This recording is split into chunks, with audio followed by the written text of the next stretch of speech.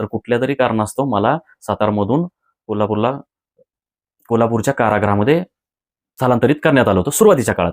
आणि ते साधारण 2 महिने 2 ते 2.5 महिने मी कळंबा कारागृहामध्ये होतो आणि तिथून मी माझे तिन्ही जामीन एकामागोमाग एक जामीन मंजूर झाल्यानंतर मी तिथून बाहेर पडलो होतो. मी सुटलो होतो.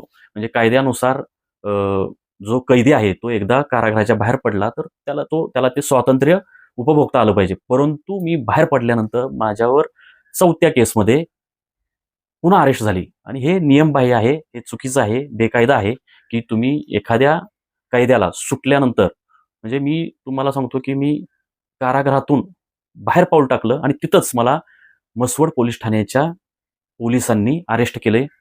अक्षय सोनवणे जे तिथले पोलीस अधिकारी आहेत, ए-पी-आय हे मसवड पोलीस ठाण्याचे प्रमुख आहेत आणि त्यांनी त्यांची टीम पाठवलेली होती.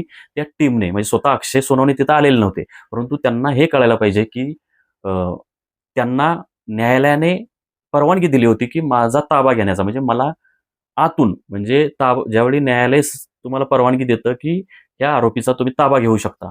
तर मग त्या नियमानुसार, त्या न्यायालयाच्या सूचनेनुसार त्यांनी मला आतूनच म्हणजे कारागृह प्रशासनाकडून सगळी प्रक्रिया, सगळे कागदोपत्री सोपस्कार पार पाडून मला ताब्यात घ्यायला पाहिजे होतं. पण त्यांनी तसं केलं नाही. मला कारागृह प्रशासनाने अधिकृतरित्या मला बाहेर सोडलं होतं आणि बाहेर सोडल्यानंतर पोलिसांनी अनधिकृतरित्या बेकायदेशीरपणे मला अरेस्ट केले. मी त्यांना सांगितलं, की तुम्ही हे बेकायदा करताय. तुम्हाला म्हणजे खरं तर कारागृहात राहून मला इतके कायद्यांनी सांगितले होते. तर त्याच्यामुळे मला अगोदरच शक्यता होती, की एकतर आतमध्येच अरेस्ट करणार हे मला माहीत होतं. परंतु ते त्यांनी केलं नाही. त्यामुळे मला फार आश्चर्य वाटलं होतं आणि मग त्यामुळे मला एक अंदाज होता, की ते बाहेर मला पोलीस अरेस्ट करतील, परंतु ते चुकीचं करणार आहेत. असं मला जर पोलिसांनी असं अरेस्ट केलं तर ते चुकीचं असेल. मला असं आतल्या अभ्यासू कायद्यांनी मला सांगितलेलं होतं. त्यामुळे मी त्यांना तिथं समोर आलेल्याच पोलिसांना सांगितलं, की तुम्ही हे बेकायदा करताय. पण त्यांनी काही ते ऐकलं नाही. मला अरेस्ट केली. केल्यानंतर मग मी 1च दिवस फक्त पोलीस कस्टडीत होतो आणि नंतर जे न्यायाधीश आहेत, मी यापूर्वी हे सांगितलं, की न्यायाधीशांनी मला म्हणजे ते केसच खोटी असल्यामुळे सकृतदर्शनी दिसत होतं, की केसमध्ये काही दम नाही.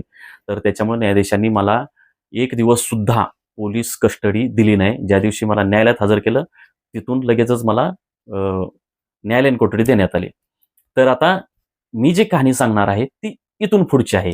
त्याच्या अगोदरची ही फक्त मी तुम्हाला पार्श्वभूमी सांगितली.